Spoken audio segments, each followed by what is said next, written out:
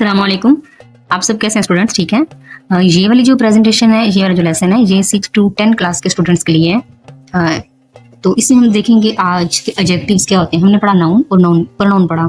तो नाउन और प्रोनाउन को डिफाइन करने के लिए, उसके बारे में एक्सप्लेन करने के लिए, उसके बारे में बताने के लिए कि वो चीज़ कितनी है, कैसी है, कहाँ पर है, जो आता है, जो लफ्ज़ आता है वो एडजेक्टिव कहलाता है। और एडजेक्टिव जो है ये हम क्यों सीखेंगे, क्योंकि कुछ एडजेक्टिव्स ऐसे होते हैं जो कि नाउन से या प्रोनाउन से पहले आते हैं, और कुछ एडजेक्टिव्स नाउन या प्रोनाउन के बाद में भी आते हैं। ठीक है। और ये कुछ खास लफ्ज़ होते हैं जो कि हमेशा नाउन से पहले आते हैं। कुछ लफ्ज़ ऐसे होते हैं जो कि हमेशा नाउन या प्रोनाउन के बाद में आते हैं। ठीक है। तो हम इनके बारे में सीखेंगे, हम इनके टाइप्स पढ़ेंगे, टाइप्स ऑफ एडजेक्टिव्स। ये इन सब के नाम है, इस सब के बारे में हम थोड़ा थोड़ा पढ़ेंगे। ये आपकी बुक्स में मौजूद हैं, तो आप इसको देख लीजिएगा। अच्छा, अब हमारी जितनी भी बुक्स हैं 1 क्लास से लेकर 10 क्लास तक, उसमें पार्ट्स ऑफ स्पीच वो तरतीब से नहीं है। गवर्नमेंट ने क्या किया है कि हर लेसन में, हर बुक की हर एक्सरसाइज में इनको मिक्स करके रखा हुआ है। एक ही यूनिट के एंड पे जो एक्सरसाइजेज होती हैं उसमें एडजेक्टिव भी आ जाता है, और कुछ पोर्शन उसका नाउन का आ सकता है, कुछ पोर्शन उसका प्रपोजिशन का आ सकता है। तो गवर्नमेंट ने मिक्स करके डाला हुआ है ताकि आप लोग जो है इसको मिक्स करके पढ़ें, तो शायद आपको अच्छी तरीके से समझ आ जाए। लेकिन हम आपको पढ़ाएंगे तरतीब से। ठीक है। तो आप लोगों ने करना क्या है कि जो आपका फर्स्ट टर्म का सिलेबस है ना, उसमें या बेशक सारी बुक या सिलेबस वाइज जो है टर्म वाइज आप लोग इसको सेट करते जाएं कि मेरी फलां एक्सरसाइज के लास्ट पे एडजेक्टिव आया हुआ है, नाउन आया हुआ है, प्रपोजिशन है, कंजंक्शन है, आर्टिकल है, क्या चीज़ है, उसके मुताबिक आप उसको सेट करते जाएंगे। ठीक है। तो आज एडजेक्टिव जो है ये एक दिन में सारा नहीं पढ़ा जाएगा, एक ही वीडियो में सारा नहीं बना रहे हैं, इसको 2 या 3 पार्ट्स में डिवाइड किया जाएगा आपकी आसानी के लिए। तो डिस्क्रिप्टिव एडजेक्टिव्स वो वाले एडजेक्टिव्स होती हैं जो कि क्या कुछ बताती हैं। किसी डिस्क्रिप्शन का मतलब होता है बयान करना, बताना। ठीक है। तो ये क्या बताती हैं? क्वालिटी क्योंकि कोई चीज़ कितनी अच्छी है या कितनी बुरी है, उसमें क्या कुछ आ जाएगा। अपीयरेंस, उसकी जो आउटलुक होती है, पॉजिटिव है या नेगेटिव है कोई चीज़, यानी कि अच्छा बुरा होना। Colour, shape, size, time, sound, touch, taste, condition, extra कोई चीज़, ये सारी चीज़ें जो है ये डिस्क्रिप्टिव एडजेक्टिव में आती हैं। और यही वाली डिस्क्रिप्टिव एडजेक्टिव्स जो होती हैं ये हम अपने बच्चों को, छोटे बच्चों को ये करवाते हैं। ठीक है। और जो बड़े बच्चे होते हैं उनको फिर हम डिटेल में बाकी सारी टाइप्स की पढ़ा रहे होते हैं। एक और चीज़, ये एडजेक्टिव नहीं होता, इसमें डी साइलेंट है, और एडजेक्टिव। ओके जी। अब हमारे पास है न्यूमरल एडजेक्टिव्स। तो ये हमें बताती है कि कोई चीज़ हाउ मैनी का मतलब होता है जिसमें हम काउंट नहीं कर सकते हैं। एक अंदाजा होता है, हमारा गैस होता है कि कुछ लोग होंगे, चंद लोग होंगे, थोड़े से होंगे, थोड़ा सा दूध है, थोड़ी सी चीनी डाल दें दूध में। इस तरह की जो एग्जांपल्स होती हैं, इस तरह के जो वर्ड्स होते हैं, they are called numeral adjectives. और उसके बाद जो क्वांटिटेटिव एडजेक्टिव्स होती हैं, और जो क्वांटिटेटिव एडजेक्टिव्स होती हैं, इसमें हम एग्जैक्ट फिगर बता रहे होते हैं, इतना, 2, 3, 4, या हम उसका ऑर्डर बता रहे होते हैं, फर्स्ट, सेकंड, थर्ड। ठीक है। इसमें जो दो चीज़ें आती हैं, इन 2 चीज़ में जो बेसिक फ़र्क है वो मैंने यहाँ पे लिख दिया, आप इसको देख लें जी। नेक्स्ट है हमारे पास डेमोस्ट्रेटिव एडजेक्टिव्स। अच्छा, ये जो डेमोस्ट्रेटिव एडजेक्टिव्स होती हैं ये क्या काम करती हैं? किसी चीज़ की तरफ पॉइंट आउट कर रही होती हैं, वो वाली, ये वाली। ठीक है। ये या वो, ये, और ये सिर्फ 4 होती हैं, दिस, दैट, दीज और दोज। ठीक है। तो डेमोस्ट्रेटिव एडजेक्टिव्स पॉइंट आउट कर रही होती हैं, ये या वो। अच्छा, अब ये 2 किस्म के सेंटेंसेस आपको नजर आ रहे हैं। This book is interesting, those stars are bright. This is my favourite book, those are bright stars. अब इन दोनों में ना आपने फर्क चेक करना है। अच्छा, देखें, इसमें जो दिस बुक, ये जो है ये एक फ्रेज है। इसके बाद आ रहा है is, are, am, have, has, was, वर।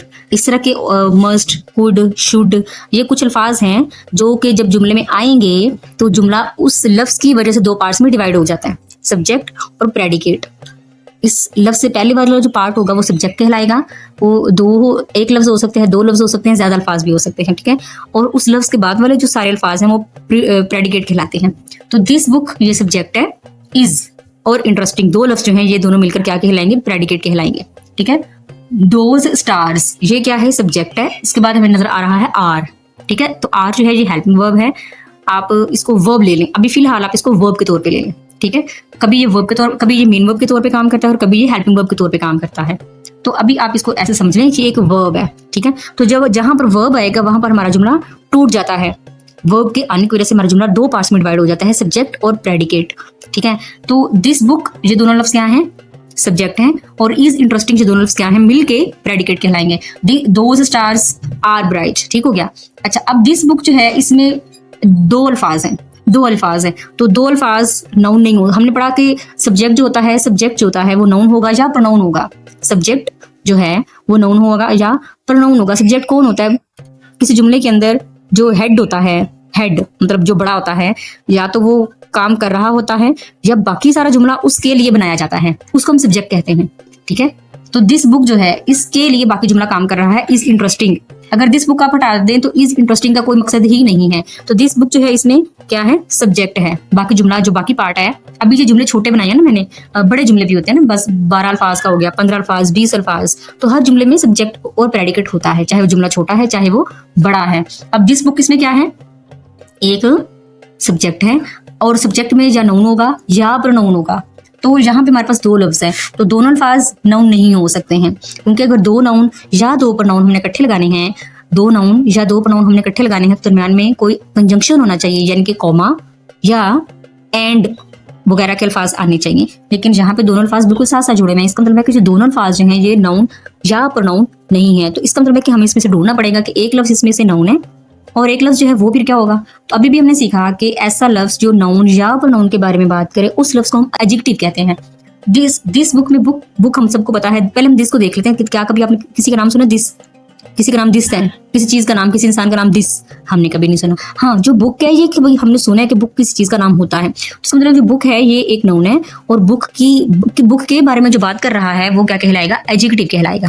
ठीक है, इस तरह जो नीचे है दोज स्टार्स, अब इस जुमले में भी यही है, स्टार्स और दोस्त तो जो है ये किसी चीज का नाम कभी नहीं सुना हमने, इसके अंदर जो स्टार्स है ये नाम होता है किसी का, तो इसमें जो दोस्त है फिर वो क्या होगा? वो एडजेक्टिव कहलाएगा, क्योंकि दोस्त किसके बारे में बात कर रहा है? स्टार्स के बारे में, जबकि स्टार जो है वो दोस्त के बारे में बात नहीं कर रहा। क्लियर हो गया? अब अगले जो दो सेंटेंसेस हैं उसमें हम देखते हैं दिस इज, देखें दिस के फौरन बाद इज आ गया।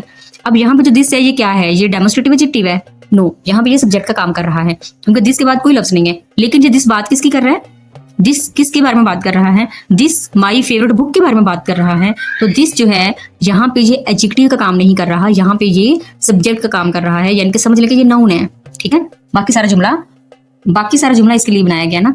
तो दोज आर ब्राइट स्टार्स, अब इसमें भी दोज के बाद कोई नाउन हमें नजर नहीं आ रहा, लेकिन ये काम किसके लिए कर रहा है? ये किसके लिए काम कर रहा है? ब्राइट स्टार्स के लिए। तो सब्जेक्ट की हमने पढ़ा था कि सब्जेक्ट जो है वो या तो काम कर रहा होता है या बाकी सारा जुमला उसके लिए बनाया जाता है। तो this book is my favourite book आप लिख सकते हैं, लेकिन वो ठीक नहीं लगेगा, 2 दफा बुक आपने लिख दिया, तो समझ लें कि दिस के बाद बुक था लेकिन वो हमने हटा दिया ताकि हमारा सेंटेंस देखने में अच्छा लगे। जैसे उर्दू में भी कहते हैं ये किताब मेरी फेवरेट किताब है, ठीक है, तो 2 दफा किताब बोलने से अच्छा नहीं लगेगा, तो 1 दफा वाला जो किताब है वो हमने हटा दिया। तो same case we have in English, those stars are bright stars, sentence ठीक है, लेकिन यहाँ पे जो स्टार्स है 2 दफा आ रहा था, दोज स्टार्स, तो दोज के बाद वाला जो स्टार है वो हमने हटा दिया। बस रट्टा लगाना हम किसी तरीके से लगा लें। अब हमारे पास इंट्रोगेटिव एडजेक्टिव्स, तो ये वो वाली एडजेक्टिव्स होती हैं जो कि पूछने के लिए इस्तेमाल की जाती हैं और ये जुमले के स्टार्ट में आ रहे होते हैं। ठीक है, जुमले के स्टार्ट में आ रहे होते हैं। whose book